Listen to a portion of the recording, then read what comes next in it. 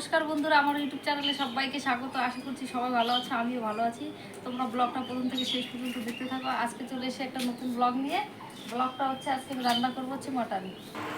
জল বসিয়ে দিয়েছি, এর ভিতরে আমি খাসির তেলগুলো দিয়ে দেবো, কেননা অনেকে মাংস রান্না করলে হচ্ছে তেলগুলো গলে যায়। তো যারা জানো না তারা জেনে নিও যে গরম জলের ভিতরে দিয়ে খাসির তেলটা ফুটিয়ে নিলে মাংসের মতো শক্তই থাকে।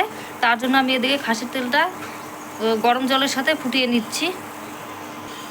খানিকক্ষণের জন্য তেলটা ফুটতে থাক, ততক্ষণে আমি এদিকে মশলাটা রেডি করে নিচ্ছি।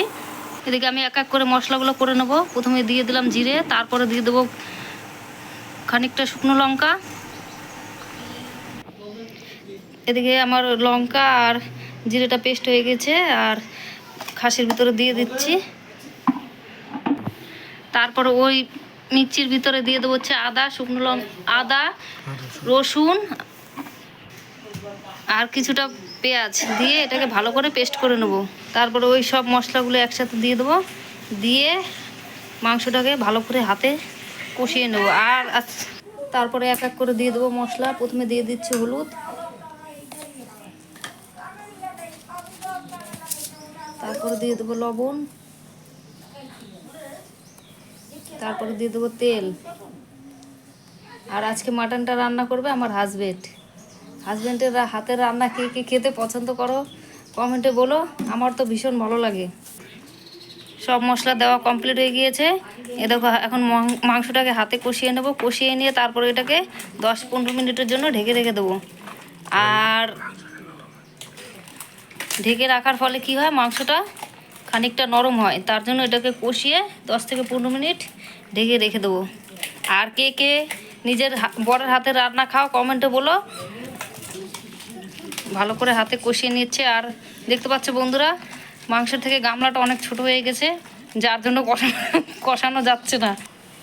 কষানো কমপ্লিট হয়ে গিয়েছে। এখন এই মাংসটাকে ঢেকে দেওয়া যাবে। মাংসটাকে ঢেকে দিলাম। আর এই মাংসটা এখন 10 থেকে 15 মিনিট এইভাবে ঢাকা থাকবে। ততক্ষণে এদিকে আমি আলুটাকে ভেজে নেব। আলু ভাজার জন্য কড়াই বসিয়ে দিয়েছি। এদিকে কড়াই আমার গরম হয়ে গিয়েছে, তার ভিতরে দিয়ে দেবো তেল। তেল দিয়ে আমি আলুটাকে লাল লাল করে ভেজে নেব। আর আমার এদিকে আমার মেয়েও বলে যে ওর বাবার হাতের রান্না খেতে খুব পছন্দ করে, আর আমিও খুব পছন্দ করি। আর আজকে আসবে হচ্ছে আর আজকে 1.5 কিলোর মতো মাটন নিয়ে এসছে, কেননা আজকে আমার পিসির ছেলেও আসবে। তারপরে তোমরা সব দেখতে থাকো বন্ধুরা। এদিকে আমার আলুগুলো লাল লাল করে ভাজা হয়ে গিয়েছে, তো আমি আলুগুলোকে এখন উঠিয়ে নেব। তারপরে এর ভিতরে এক এক করে সব মশলা দিয়ে মাংসটাকে বসিয়ে দেবো। আর আজকে রান্না করছে হচ্ছে আমার হাজবেন্ড। এদিকে দেখো, আমার হাজবেন্ড গরমে একদম পুরো অস্থির রান্না করছে। ওই আলুর তেলের মধ্যে এক এক করে দিয়ে দেবো সব মশলা। প্রথমে দিয়ে দিলাম জিরে, তারপরে দিয়ে দেবো কয়েকটা শুকনো লঙ্কা ফোড়ন, তারপরে দিয়ে দেবো ওর ভিতরে মাংসটা ঢেকে রেখেছিলাম, 10 থেকে 15 মিনিট রেখে দিয়েছিলাম। তারপরে এদিকে দেখো বন্ধুরা, মাংসটার পেস্টটাও অনেকটা নরম হয়ে গিয়েছে। আর মাংসগুলো এখন আমি কড়াইয়ের মধ্যে দিয়ে দেবো। মাংস দিয়ে দেওয়া হয়ে গিয়েছে। তারপরে দেখো, মাংসটাকে ভালো করে এখন কষিয়ে নেব। আর কার কার মাটন খেতে ভালো লাগে কমেন্টে বলো। মাটন আমার মেয়ের খুব পছন্দ, আর মেয়ের বাবারও খুব পছন্দ। আমার সেরকম একটা ভালো লাগে না, তবুও খাই তাদের পাল্লায় পড়ে। তারপরে দেখো, হালকা জল দিয়ে এখন মাংসটাকে ঢেকে দেবো। যতক্ষণে মাংসটা কষানো হবে ততক্ষণে বাদবাকি কাজগুলো সেরে আসি। এদিকে দেখো বন্ধুরা, আমাদের মাংস প্রায় জল টেনে এসছে। আর দেখো পাশে থেকে তেল ছেড়েছি কীরকম। এখনও মোটামুটি অনেকক্ষণ জাল দিতে হবে, তাও জলটা যেহেতু টানেনি,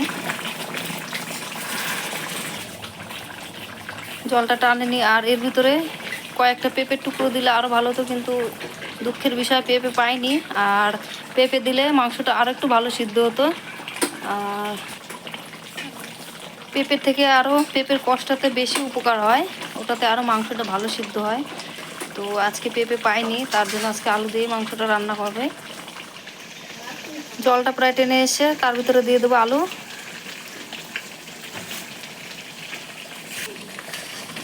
আলুগুলো যেহেতু একটু বড় বড় করে কেটেছিলাম, তার জন্য আলুগুলো এখনই দিয়ে দিলাম। আর দেখো খানিকটা এখনও জল আছে, তো আলুটা দিয়ে দেওয়ার কারণ হচ্ছে যে এই জলের সাথে আলুটাও সিদ্ধ হয়ে যাবে। তো এখন জলটা টানতে থাক, মাংস জল টেনে এসছে বন্ধুরা। দেখো মাংস আমার কষানো হয়ে গিয়েছে। এখন আমি খাওয়ার জন্য কয়েকটা কষানো মাংস উঠিয়ে নেব। আমি খাবো, আমার মেয়ে খাবে, আমার হাজব্যান্ড খাবে। তারপরে উঠিয়ে রেখে তারপরে এর মধ্যে দিয়ে দেবো গরম জল। আর এর ভিতরে গরম জল ইউজ করবো, কেননা ঠান্ডা জল দিলে মাংসগুলো শক্ত হয়ে যাবে। তার জন্য আমি এই মাংসের ভিতরে হচ্ছে গরম জল ইউজ করব। আর তোমরা বন্ধুরা যারা যারা ঠান্ডা জল ব্যবহার করে, ঠান্ডা জল ব্যবহার করবে না, কেননা মাংস যেটুকু নরম হবে সেটুকু নরম থাকবে না, শক্ত হয়ে যাবে। তার জন্য মাংসের ভিতরে সবসময়, বিশেষ করে মাটনে, গরম জলটাই ব্যবহার করবে। মাংস কষানো হয়ে গেছে। আর দেখো বন্ধুরা মাংস মোটামুটি মোটামুটি বলতে কি প্রায় সেদ্ধ হয়ে গিয়েছে। আর ওই যে তেলের কথা বলেছিলাম, যে তেলটা হালকা গরম জলে সেদ্ধ করে নিলে তেলটা গলে না। দেখো তেলটা যেমন তো ওরকমই আছে। তেলটা কিন্তু মাংসের সাথে কষাচ্ছি, তবুও একটু গলেনি। আর তোমরা ওইভাবে তেলটা হালকা গরম জল দিয়ে ফুটিয়ে নেবে, দেখবে মাংস কষানোর সাথে দিলেও মাংসের তেলটা গলবে না। দেখো যেমন তো তার সেরকমই আছে। আর আমার মাংসটাও কষানো হয়ে গিয়েছে। আর এর ভিতরে আমি দিয়ে দেবো গরম জল, দিয়ে দিলাম গরম জল। আর দেখো বন্ধুরা মাংসের কালারটাও কি সুন্দর এসেছে। আর এই দেখো দেখো তেলগুলো যেরকম তো ওইরকমই আছে, তেলগুলো গলে নাই। এদিকে গোটা গরম মশলাটা বেটে নেবো। অনেকে গুঁড়ো দিয়ে খায়, আমরাও খাই।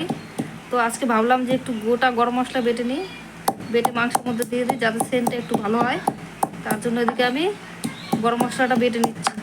গরম মশলা বাটা হয়ে গিয়েছে। এদিকে দেখো আমার মাংস প্রায় হয়ে এসছে, একটু পাতলা নামাবো ঝোল। তার জন্য এদিকে গরম মশলা দিয়ে আমি ঝোলটা নামিয়ে নেব। একটু পাতলা পাতলাই রেখেছি, তোমরা যদি একটু মানে ঘন খেতে চাও তো নামাবে। আর আজকে আমরা খাবো হচ্ছে পাতলা পাতলা তরকারি। তো আমার মাংস বাজার থেকে নিয়ে এসেছিলো, সেরকমই আছে, তেলটা গলেনি। তো তোমরা ওইভাবে তেলটা একটু গরম জল দিয়ে সেদ্ধ করে নেবে। এদিকে দেখো মাংস গুলে একদম পুরো ক্ষীর হয়ে গিয়েছে, কিন্তু তেলটা গলেনি। এদিকে দেখো হাড্ডি দেখা যাচ্ছে। তো কে কে মাটন পছন্দ করো কমেন্টে বলো। আর আজকের মতো ব্লগটা এখানেই শেষ করছি।